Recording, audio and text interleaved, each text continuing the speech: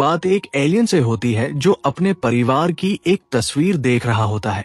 वो अपने बेटे को एक संदेश भेजता है और उसे हजारों साल पहले की कहानी सुनाता है, जब एक बेहद शक्तिशाली एलियन जिसका नाम चेरलो था अस्तित्व में आया। चेरलो ने एक एक करके कई ग्रहों पर हमला करना और उन्हें जीतना शुरू कर दिया, लेकिन जब उसने पृथ्वी की ओर रुख किया तो उसे एक महान वैज्ञानिक फेलो का सामना करना पड़ा। अपनी एडवांस टेक्नोलॉजी की मदद से फेलो ने लगभग चेरलो को हरा दिया था, लेकिन उसी समय चेरलो ने अपना सबसे खतरनाक हथियार वेब हीटर इस्तेमाल किया। यह हथियार इतना शक्तिशाली था कि इसके रास्ते में आने वाली हर चीज को नष्ट कर देता था। चेरलो का मुकाबला करने के लिए फेलो ने योद्धाओं की एक टीम बनाई जिनके पास टेलीपोर्टेशन की शक्ति थी, यानी वे एक जगह से गायब होकर तुरंत दूसरी जगह प्रकट हो सकते थे। फेलो ने वेब हीटर की एक कमजोरी खोजी, अगर कोई उसे 5 बार किक मार दे तो वो बेकार हो जाता है। फेलो की टीम के बहादुर योद्धाओं ने ठीक वैसा ही किया और युद्ध में चेरलो को हरा दिया। हारने के बाद चेरलो का स्पेसशिप चांद से टकरा गया, जिससे चांद कई टुकड़ों में टूट गया। इसके बाद चेरलो अपने जहाज के साथ सीधे पृथ्वी पर गिरा, जहां उसे पृथ्वी के केंद्र में हमेशा के लिए कैद कर दिया गया। लेकिन इस भयानक युद्ध के कारण पृथ्वी की जलवायु पूरी तरह बदल गई। बीमारियां फैलने लगी और बाढ़ और सूखे जैसी आपदाएं आने लगी।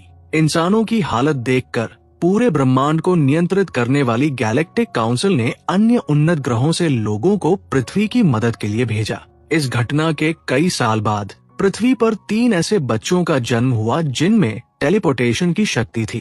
एलियन अपने बेटे से कहता है कि समय के साथ चेरलो की शक्तियां अब खत्म हो रही है। जैसे ही चेरलो पूरी तरह खत्म हो जाएगा, वो अपने बेटे के पास वापस आ जाएगा, क्योंकि अभी वो ब्रह्मांड के सबसे खतरनाक कैदी का पहरेदार है। अगले दृश्य में हम एंटनी नाम के एक लड़के को देखते हैं जो पानी की लाइन में अपनी बारी का इंतजार कर रहा है। वो अपने ख्यालों में खोया हुआ है। अचानक वेलाया नाम की एक छिपी हुई एलियन उस पर एक खंभा गिराकर उसे मारने की कोशिश करती है। एंटनी किसी तरह खुद को बचा लेता है। असल में वेलाया चेरलो की बेटी है। चेरलो पृथ्वी की जेल से भागने के लिए एक बायोलॉजिकल हथियार बना रहा है, जिसके लिए उसे कुछ खास इंसानों के प्रोटोजोन मटेरियल की जरूरत है, और एंटनी उन्हीं में से एक है। चेरलो अपनी बेटी वेलाया से कहता है कि उसके पास अब सिर्फ 2 वेब हीटर बचे हैं। अगर वे खत्म हो गए तो वह भी खत्म हो जाएगा, इसलिए देर होने से पहले उसे उस इंसान से प्रोटोजोन लाना होगा। अगले दृश्य में एक विशाल स्टेडियम दिखाया जाता है जहां एक अनोखा खेल हो रहा है। दरअसल फेलो ने चेरलो के जहाज के ठीक ऊपर ये स्टेडियम बनाया था और वेब हीटर को किक मारने को एक खेल में बदल दिया था। जब भी चेरलो भागने के लिए वेब हीटर भेजता, खिलाड़ी उसे किक मारकर निष्क्रिय कर देते। इस तरह धीरे धीरे चेरलो की शक्ति कम होती जा रही थी।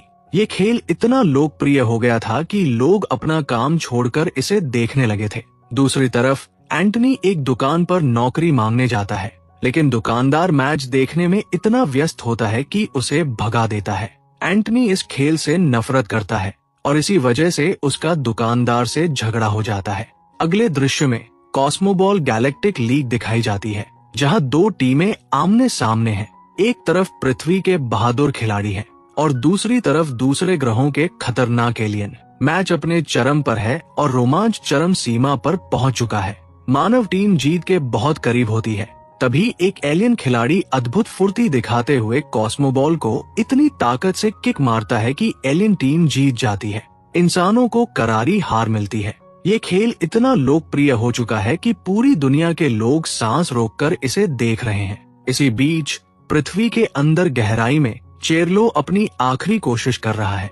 वह एक नया वेब हीटर बना रहा होता है, लेकिन तभी गार्ड एलियंस अपनी विशाल मशीनों से उसे पकड़ लेते हैं। हर बार की तरह उसे स्टेडियम भेजने की तैयारी होती है ताकि उसे निष्क्रिय किया जा सके, लेकिन इससे पहले कि गार्ड उसे भेज पाते, चेरलो वेब हीटर की शक्ति से मशीनों को नष्ट कर देता है और सभी गार्ड्स को मार देता है। वो अपनी कैद से निकलने ही वाला होता है, तभी एक घायल गार्ड हिम्मत दिखाता है और वेब हीटर को कंट्रोल करके स्टेडियम की ओर लॉन्च कर देता है। वह तुरंत फेलो को सूचना देता है, जो पहले से ही स्टेडियम में मौजूद होता है। अगले ही पल वेब हीटर मैदान के बीच में गिरता है और एक नई जंग शुरू हो जाती है। दोनों टीमें पूरी ताकत से उसे किक मारकर निष्क्रिय करने की कोशिश करती हैं। इस जबरदस्त संघर्ष के बीच पृथ्वी की खिलाड़ी नताशा एक शानदार शॉट मारती है और वेब हीटर को निष्क्रिय कर देती है। इस जीत के साथ पृथ्वी पहली बार फाइनल में पहुंचती है। हार के बाद वेब हीटर एक अंधेरे गड्ढे में गिर जाता है जहां पहले से कई पुराने वेब हीटर पड़े होते हैं। ये देखकर चेरलो गुस्से से भर जाता है क्योंकि अब उसके पास सिर्फ एक आखिरी वेब हीटर बचा है। दूसरी तरफ पूरी दुनिया जीत का जश्न मना रही है, लेकिन एंटनी उदास होकर शहर की सड़कों पर भटक रहा है। तभी एक घोषणा होती है कि टीम आम लोगों में से एक नए खिलाड़ी की तलाश कर रही है। एंटनी इसे नजरअंदाज कर देता है क्योंकि वो इस खेल से नफरत कर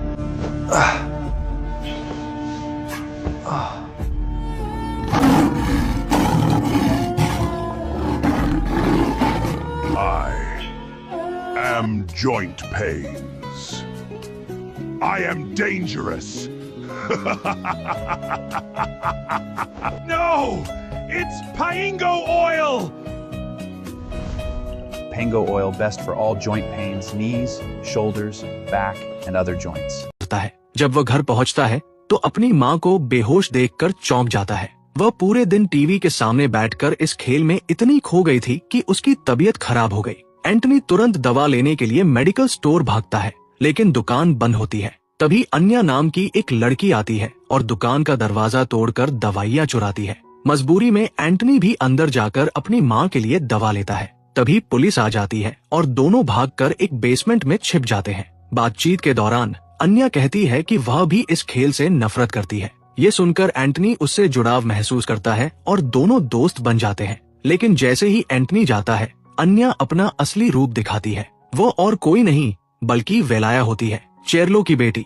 ये सब उसकी योजना का हिस्सा था। वह चुपके से एंटनी के बाल का एक स्ट्रैंड लेकर अपने पिता को देती है। चेरलो एंटनी के डीएनए से एक सीरम बनाता है और उसे अपने हथियार में डालता है, लेकिन वह कुछ समय बाद फेल हो जाता है। गुस्से में आकर चेरलो वेलाया को आदेश देता है कि वह एंटनी को खत्म कर दे और उसके क्रोमोसोम्स लेकर आए। जब एंटनी घर लौटता है तो वो महान वैज्ञानिक फेलो और उसकी टीम को वहां देखकर चौंक जाता है। फेलो को पता चल चुका होता है कि एंटनी के पास टेलीपोर्टेशन की शक्ति है और वह उसे अपनी टीम का चौथा सदस्य बनाना चाहता है। पहले एंटनी मना कर देता है, लेकिन जब फेलो उसकी माँ को ठीक करने का वादा करता है तो वो उनके साथ जाने के लिए तैयार हो जाता है। अगले दृश्य में एंटनी ट्रेनिंग ग्राउंड पर पहुंचता है जहां हाईटेक मशीनें और एडवांस टेक्नोलॉजी देखकर वह हैरान रह जाता है। उसकी कठिन ट्रेनिंग शुरू होती है। एक दिन जब नताशा उसके घर पर उसकी माँ का इलाज कर रही होती है, एक लड़का आता है और कहता है कि अन्या उसे बुला रही है।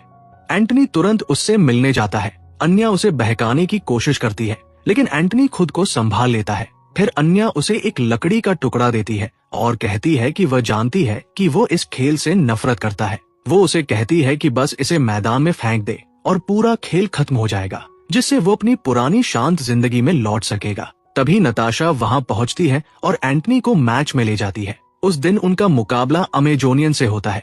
जैसे ही एंटनी मैदान में उतरता है, वह चुपके से लकड़ी का टुकड़ा गिरा देता है। हजारों लोग नए खिलाड़ी के लिए चीयर करते हैं, लेकिन एंटनी को इस खेल में कोई दिलचस्पी नहीं होती। मैच शुरू होते ही वह एक जगह मूर्ति की तरह खड़ा रहता है। लोग उसे ट्रोल करने लगते हैं और गालियां देने लगते हैं, लेकिन उसे कोई फर्क नहीं पड़ता। तभी एक जलती हुई कॉस्मिक बॉल उसकी ओर तेजी से बढ़ती है, लेकिन उससे पहले कि वो उसे लगे, फेलो उसे निष्क्रिय कर देता है। मैच रुक जाने पर भीड़ फेलो की आलोचना करने लगती है। एंटनी गुस्से में फेलो से कहता है कि उसने उसकी माँ के इलाज के बारे में झूठ बोला। तब नताशा उसे एक होलोग्राफिक वीडियो दिखाती है जिसमें उसकी माँ पहले से काफी बेहतर दिख रही होती है। ये देखकर एंटनी को राहत मिलती है और वो आखिरकार फेलो के साथ आगे बढ़ने के लिए तैयार हो जाता है। फेलो उसे उस सीक्रेट जगह पर ले जाता है जहाँ सभी निष्क्रिय किए गए वेब हीटर पड़े होते हैं। वहाँ फेलो उसे एक ऐसी सच्चाई बताता है जिसके बारे में उसे अब तक पता नहीं था। वह एंटनी को बताता है कि जिसे वह एक साधारण गेंद समझता था, वो दरअसल एक विनाशकारी हथियार है जिसमें अपार ऊर्जा भरी हुई है। वो उसे एक वीडियो क्लिप दिखाता है जिसमें एक अकेला वेब हीटर विशाल मशीनों को खिलौनों की तरह नष्ट कर देता है और गार्ड्स को मार देता है। ये देखकर एंटनी डर जाता है। तब फेलो उसे इतिहास बताता है कि कैसे चेरनो नाम का एक वैज्ञानिक अपनी लालच और जुनून की वजह से लाखों लोगों का हत्यारा बन गया। उसने अपनी मशीनों को चलाने के लिए ग्रहों से ऊर्जा निकालना शुरू कर दिया, जिससे कई दुनियाओं का विनाश हो गया। हजारों साल पहले एक महान युद्ध के दौरान चेरनो का जहाज पृथ्वी के केंद्र में गिर गया, जहां उसे कैद कर दिया गया। आखिरकार फेलो सच बताता है कि ये स्टेडियम उसी जेल के ठीक ऊपर बना हुआ है।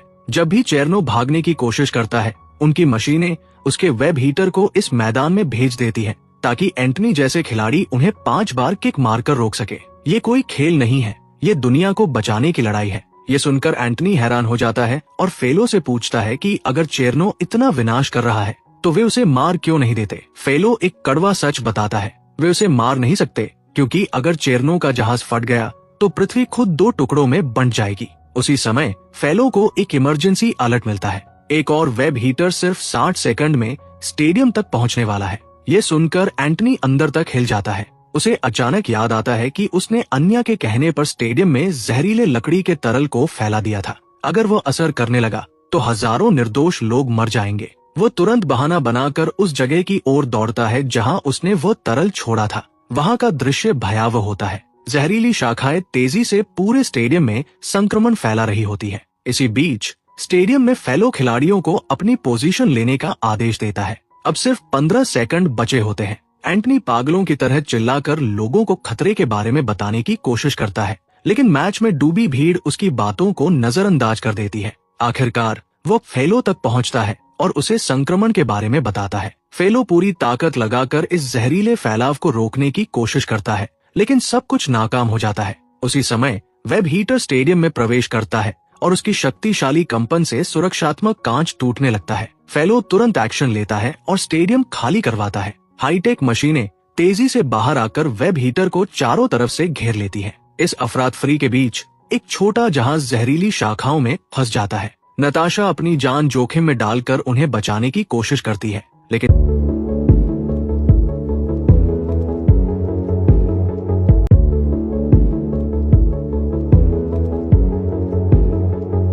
Go oil. Say goodbye to joint pain. शाखाएं इतनी मजबूत होती हैं कि वे मशीनों के कंट्रोल सिस्टम को नुकसान पहुंचाने लगती हैं। चेरनो इसी पल का इंतजार कर रहा था। जैसे ही कंट्रोल खत्म होता है, वेब हीटर आजाद हो जाता है।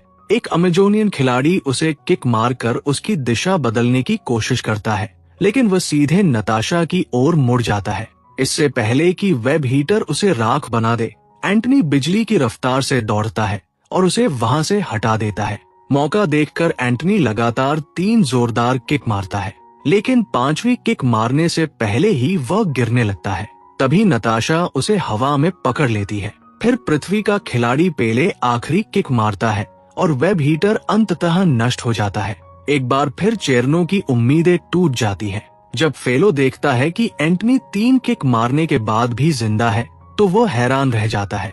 इसी बीच एंटनी अपनी माँ की दवा को लेकर चिंतित होकर अन्या के पास जाता है, लेकिन ये एक जाल होता है। अन्या उस पर फ्रीजिंग गैस स्प्रे करती है, जिससे उसका शरीर पत्थर की तरह सख्त हो जाता है। अब अन्या अपना असली रूप दिखाती है और बेरहमी से एंटनी के क्रोमोसोम्स निकालकर अपने पिता को भेज देती है। एंटनी का वफादार डिवाइस दीवारों से खुद को छुड़ाकर उसे बचाने दौड़ता है। फेलो और नताशा भी उसके पीछे भागते हैं, लेकिन तब तक बहुत देर हो चुकी होती है। पृथ्वी के अंदर गहराई में चेरनो उन क्रोमोसोम्स का इस्तेमाल करके एक खतरनाक सीरम बनाता है। जैसे ही वो उस सीरम को अपने एक्सपेरिमेंटल अंडे में इंजेक्ट करता है, एक विशाल और भयानक जीव पैदा होता है। एक ऐसा प्राणी जो पूरी दुनिया को निगल जाने के लिए तैयार है। एंटनी का छोटा डिवाइस, जिसे वह एक साधारण मशीन समझता था, किसी तरह उसके पास पहुंच जाता है। अपने दोस्त को बेहोश हालत में देखकर वो अपनी सारी शक्ति का इस्तेमाल करके एंटनी को ठीक कर देता है। एंटनी बच जाता है, लेकिन वो वफादार डिवाइस खुद निष्क्रिय होकर गिर जाता है। उसी समय पृथ्वी के अंदर एक भयानक हलचल होती है। चेरनो उस विशाल जीव में खुद को मिला देता है और उसे मशीन की तरह नियंत्रित करने लगता है। जब फेलो और नताशा वहां पहुंचते हैं तो फेलो समझ जाता है कि यही वह जगह है जहां चेरनो अपनी साजिशों को अंजाम दे रहा था। जब फेलो एंटनी से सवाल करता है तो वो अपनी गलती मान लेता है कि उसने लालच में आकर स्टेडियम में जहरीला तरल फैलाया था। अचानक चेरनो का होलोग्राफिक संदेश गूंजता है, मैं वापस आ गया हूँ फेलो, और इस बार तुम्हारी हार तय है। नताशा एंटनी को उसका डिवाइस देती है और कहती है कि उसने उसके लिए खुद को कुर्बान कर दिया। जब फेलो बाहर जाता है तो वह देखता है कि चेरनो का वो विशाल जीव पूरे शहर को मलबे में बदल रहा है। अपनी अपार शक्ति से वह हजारों वेब हीटर बॉल्स बना रहा है। फेलो पूरी दुनिया के सामने आकर सच्चाई बताता है, जिसे लोग खेल समझते थे वो असल में मौत की बारिश है। हजारों वेब हीटर पृथ्वी को नष्ट करने वाले हैं, लेकिन वे आखिरी सांस तक लड़ेंगे। पूरी दुनिया में दहशत फैल जाती है। दूसरी तरफ एंटनी घर पर हार मानकर बैठा होता है। तभी उसकी माँ उसे हिम्मत देती है और कहती है कि आज दुनिया को एक खिलाड़ी नहीं बल्कि उसकी जरूरत है। फेलो गैलेक्टिक काउंसिल से मदद मांगता है। अंतरिक्ष से हजारों वॉरशिप्स चेरनो के बायो वेपन को घेर लेते हैं, लेकिन उसकी शक्ति के सामने वे बेकार साबित होते हैं। वो उन्हें खिलौनों की तरह नष्ट कर देता है। मैदान में खिलाड़ी असहाय होते हैं क्योंकि वेब हीटर बॉल्स की संख्या बहुत ज्यादा होती है। पूरा शहर जल रहा होता है। ये सब देखकर एंटनी टूट जाता है। पहली बार वो अपने छोटे डिवाइस का नाम मोगली रखता है और उससे एक गहरा रिश्ता बना लेता है। वो लोगों की मदद करने निकल पड़ता है। उसकी माँ एक पुलिस ऑफिसर के साथ सुरक्षित जगह पर छिप जाती है। सड़कों पर एंटनी वेब हीटर बॉल्स को किक मारकर रोकने की कोशिश करता है। तभी एक तेज रफ्तार वेब हीटर उसे जोर से टक्कर मारता है और दूर फेंक देता है, लेकिन चोटिल होने की बजाय उसके शरीर में आग जैसी ऊर्जा बहने लगती है। वो आखिरकार अपनी असली शक्तियों को महसूस करने लगता है। तभी उसका दोस्त मोगली खुद को ठीक करके वापस आ जाता है। मोगली एंटनी के साथ मिलकर उसे एक शक्तिशाली कवच प्रदान करता है। अब एंटनी सिर्फ एक लड़का नहीं रहा, वो पृथ्वी को बचाने वाला अंतिम योद्धा बन चुका है। युद्ध के मैदान में जहां बाकी योद्धा हार मान रहे होते हैं, एंटनी एक चमत्कार कर देता है। हजारों विनाशकारी वेब हीटर बॉल्स को रोकने के बजाय वो मोगली की मदद से उन्हें अपने अंदर समाने लगता है। पूरी दुनिया यह देखकर स्तब्ध रह जाती है। एंटनी अब सिर्फ एक खिलाड़ी नहीं बल्कि ऊर्जा का सागर बन चुका है। इसी बीच फेलो और नताशा अपनी जान जोखिम में डालकर सीधे चेरनो के विशाल बायो वेपन के अंदर प्रवेश करते हैं। अंदर फेलो और चेरनो के बीच भयंकर युद्ध शुरू होता है। फेलो जीत के करीब होता है, लेकिन अचानक चेरनो की बेटी फ्रीजिंग गैस स्प्रे कर देती है, जिससे उसका शरीर पत्थर बन जाता है। जैसे ही चेरनो फेलो को मारने के लिए हाथ उठाता है, एंटनी वहां पहुंच जाता है। वह चेरनो की बेटी को पकड़ लेता है और फेलो को छोड़ने की मांग करता है, लेकिन चेरनो की क्रूरता की कोई सीमा नहीं होती। वो अपनी ही बेटी को मार देता है और फिर फेलो को भी खत्म कर देता है। फेलो की मौत के बाद एंटनी खुद को उस जीव के अंदर फंसा हुआ पाता है। मरते समय अन्य एंटनी को एक राज बताती है। वो कहती है कि ये जीव उसी के अस्तित्व से बना है, उसे इसे महसूस करना होगा और इससे जुड़ने की कोशिश करनी होगी। एंटनी अपनी आंखें बंद करता है और उस जीव की आत्मा से जुड़ जाता है। अगले ही पल उसे एहसास होता है कि ये भयानक राक्षस दरअसल एक मासूम बच्चा है जिसे चेरनो नियंत्रित कर रहा है। चेरनो एक बार फिर उस जीव को नियंत्रित करके एंटनी को कुचलने की कोशिश करता है, लेकिन इस बार वह मासूम प्राणी अपने असली पिता एंटनी को पहचान लेता है। वह चेरनो के नियंत्रण से मुक्त हो जाता है और उसे अंदर से ही जला देता है। चेरनो की मौत के साथ ही शहर की ओर बढ़ रहे सभी वेब हीटर बॉल्स तुरंत निष्क्रिय होकर गिर जाते हैं। विनाश का अंत हो जाता है और दुनिया पूरी तरह बर्बाद होने से बच जाती है। युद्ध के बाद दुनिया बदल चुकी होती है। नताशा को पृथ्वी काउंसिल का नया प्रमुख चुना जाता है। एंटनी अपनी शक्तियों और उस बायो क्रिएचर की मदद से चांद के टूटे हुए टुकड़ों को फिर से जोड़ देता है। कहानी के अंत में एंटनी अपनी माँ नताशा और अपने अनोखे दोस्त के साथ एक खुशहाल जिंदगी शुरू करता है। अब पृथ्वी सुरक्षित है और उसका रक्षक आखिरकार अपने असली मकसद को पा चुका है। Subscribe, please.